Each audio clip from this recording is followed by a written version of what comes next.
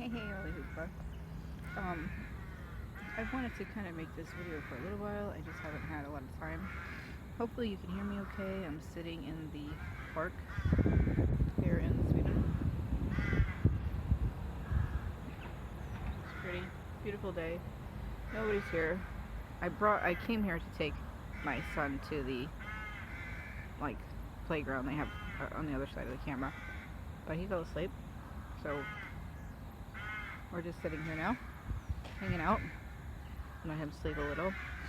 But anyways, I wanted to talk a little bit about day school for preschool, like they have here in Sweden. I'm an American, of course, and I know for the most part, I've never had a child in America, but I have brothers and sisters who have children in America. So I kind of know how the daycare preschool type of thing works there in America, and like the pretty much like the cost and everything. I just kind of wanted to tell everybody who isn't from Sweden what it's like here, in case you ever wondered the comparison or whatever. So my son started, I call it dagis.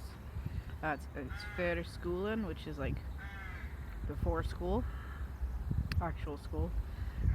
And he started about 3 weeks ago. He's 1 year old.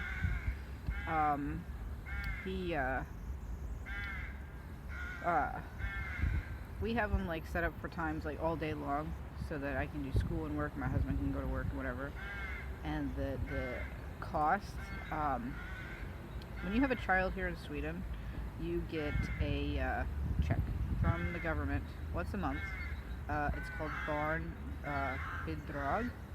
It's like to kind of help you out with food or diapers or childcare or whatever, and it's like 150 USD a month that you get, and the child gets that all the way up until they're 18 years old. So even when they're in high school, and you can give them that money, so they have a little bit of cash, or you can save it and give it to them when they turn 18, like save everything, or use it for clothes, or do whatever you want to do with it.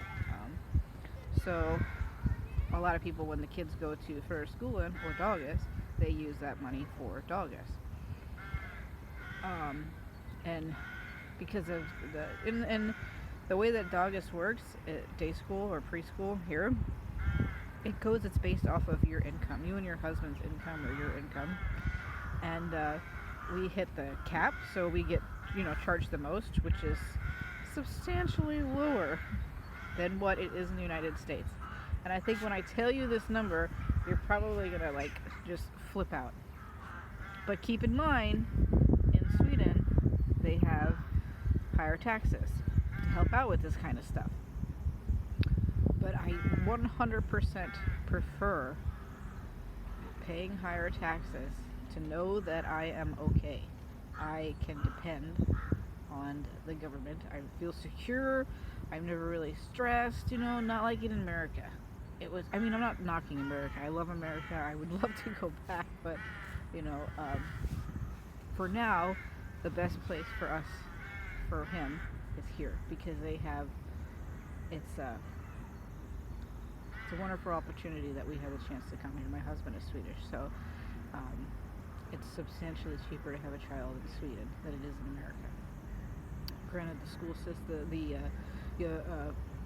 Harvard and all those better opportunities in America for more prestigious schools once they get older. But in the very beginning, it's cheaper to have them here. So I pay monthly for his dagis, or his day school, preschool. We pay 150 USD a month. That's what we get for the barnbidrag, and that's what we pay out for his dagis, his day school. I know people in America who would pay 150 USD a week for their children to go to day school. And here, with that $150 a month, he can go from, I think the times are from 7 in the morning till 5 in the afternoon or evening. Breakfast and lunch is included, as well as 2 snacks. They have nap time. And as the child gets older, he's 1 year old. As the child gets older, the price goes down. It gets cheaper and cheaper because the child becomes a little bit more independent, I guess, because he's still in diapers and everything. You do have to provide diapers. So you just like bring a pack of diapers once a week, or they'll let you know on a post-it note if you're running low or whatever like that, and you bring, you supply your own diapers, but they have wipies. So it's even buying diapers, extra pack of diapers, it's still cheaper than what I would have paid in the United States to have him in day school there or preschool there. I know many people have their stay-at-home moms because they can't afford between health insurance and preschool. Their paycheck is gone. So sometimes it's cheaper for them just to stay home until the child's old enough to be in school, 5 years old or whatever. But I think it's it's nice being able to know that he has so much energy. He really needs, and he doesn't meet any other kids but in doggies or school. So I think it's really important for him to go and be with other kids. And I have no family here, so there's no other children for him to play with. So the only interaction he gets with kids is in school. So I think it's really important for him. As well as important for us to kind of be able to go to work and go to school and do our things too, and not have to worry about, every week coming up with money. And there's no late fee either. If you're 1 minute late picking your kid up or 5 minutes late picking him up, they just call. Just call us, say, hey, I'm on my way, I'm running late, traffic, whatever. And they stand and they wait. There's no like, oh, we're going to charge you for being late. There's none of that. The other interesting thing is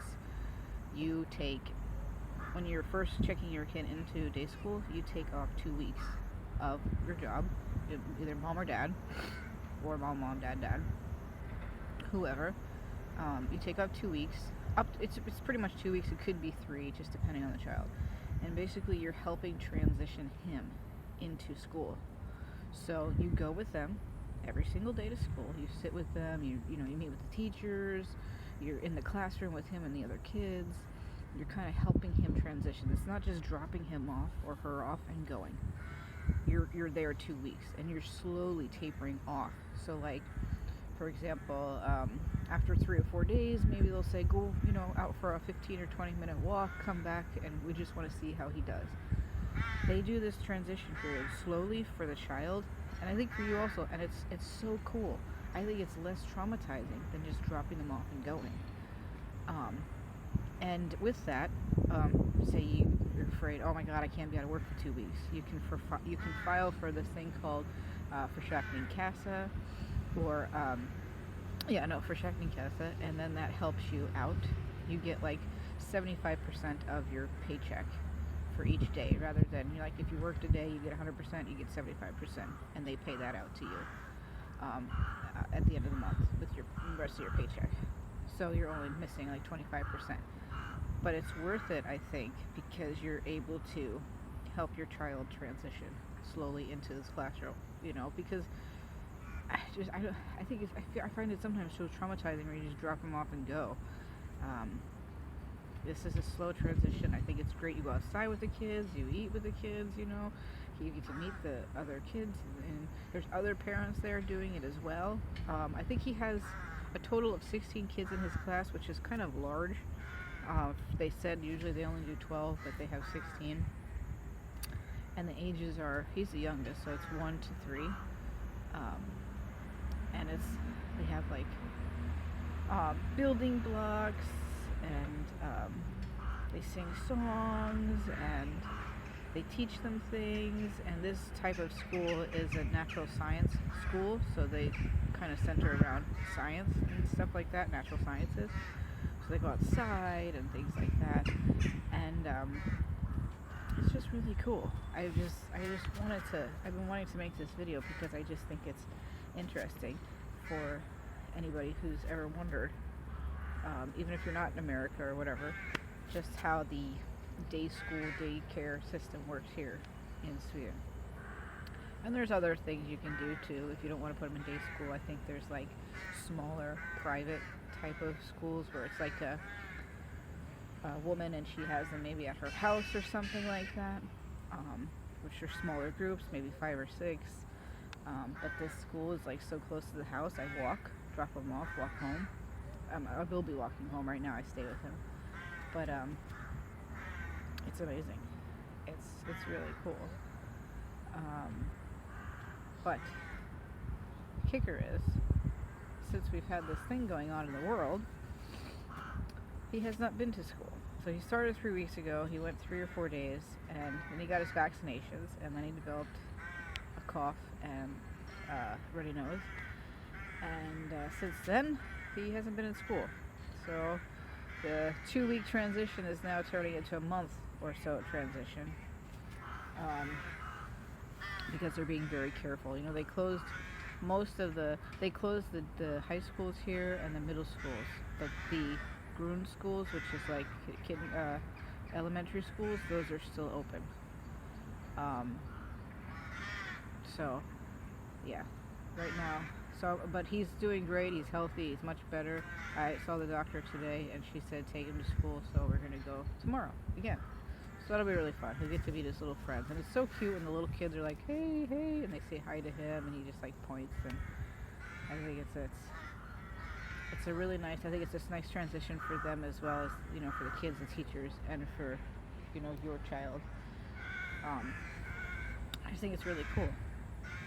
And once they get into like kindergarten, that they don't have to pay anymore, and lunch is free throughout their whole entire school life. You know, for all the way up until 12th grade, that lunch is free, so you don't ever have to pay for lunch. You don't have to worry about that. So after that, you can use that barnbidrag, that money that you get monthly. You can use it towards clothing and school supplies and whatever else, once you don't have to pay for school. Or you can put it away. Some parents put it away and then they give them that like whole lump sum when they turn 18. That way they have like a little bit of money saved up for them, and like, this is yours type of thing. So it's whatever you decide you want to do, and I think it's really, really, really cool. Yeah, it's such a beautiful day here in Sweden. I really wish he was awake, because I really want to bring him to this playground, because it's like I've been trying to get here to this playground for like ever, and I finally got here today, and he's asleep. So typical. So typist. And yeah, so that is my video on August day school for school, and what it's like here in Sweden. If you have any questions or comments or anything, just leave them, let me know, and I'll do my best to answer them. I'll give you one more view of what it looks like here in the park. Beautiful spring day. I want to say it's 40s, 50s, somewhere in there, but the sun is out, so that's perfecto.